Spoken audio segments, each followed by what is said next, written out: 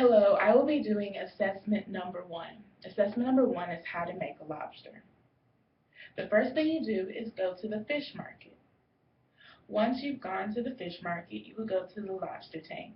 When you get to the lobster tank, you will pick the lobsters with flip tails and raised claws. To make sure the lobster is fresh, you must pick it up. How do you pick it up?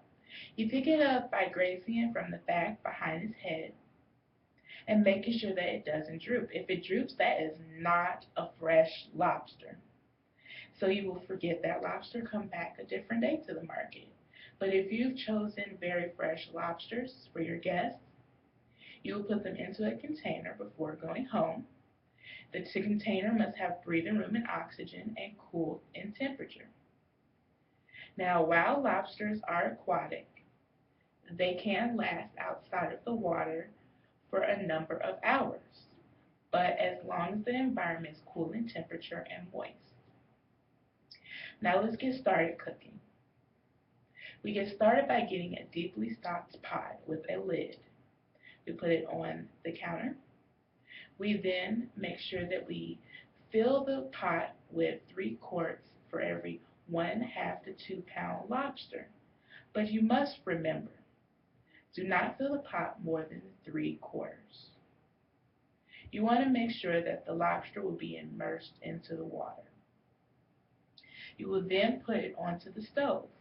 Once you get it onto the stove, you will get a 1/3 cup of kosher salt for every gallon.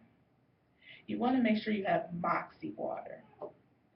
Now, to get started, you must have your water be piping hot and boiling. Once it is piping hot and boiling, you will take each lobster, put it in head first, and then put the top back on. Once you put the top back on, return to boiling. After a little while, you will turn down the heat. You will let it simmer. Now, we're going to talk about weight. If the lobster is 1 3/4, you will cook it for 11 minutes.